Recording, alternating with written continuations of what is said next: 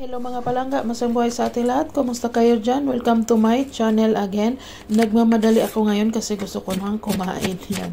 Pero bago nyan, pakinood naman ng aking video kasi maikli lang naman ito. Hindi naman ito siya mahaba. So baka naman pwedeng panoorin ng buo ang aking video at pakishare na lang din.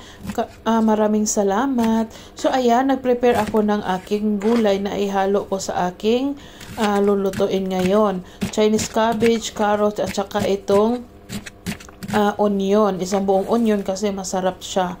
Madaming halo. So, ito, haluan ko din siya ng mushroom. Kaya na ang bahala kung anong gulay ang gusto nyong ihalo. Basta masarap ang resulta niyan. So, walang problema. So, ayan, igisa ko muna yung mushroom ko. Inuna ko siya. Ayan, kasi okay lang naman yung siya maluto.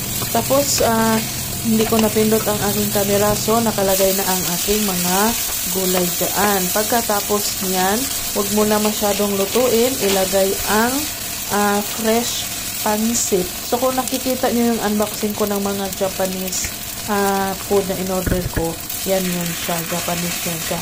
Tapos, nilagay ko yung leftover na sauce ng aming dinner the other day. Ayan, para masarap siya. Tapos, ayan na. Madali lang siya lutuin kasi fresh siya, luto na siya. Madali lang. Basta. Ayan na ang aking fresh noodles or pansit. Tapos, lagyan ko yan siya ng leftover namin na ulam the other day, yung chicken thigh. Ayan. So, sana ay nagustuhan nyo ang video ko for today. Maraming salamat sa mga manood at manood pa at sa mga nag-share. Bye-bye!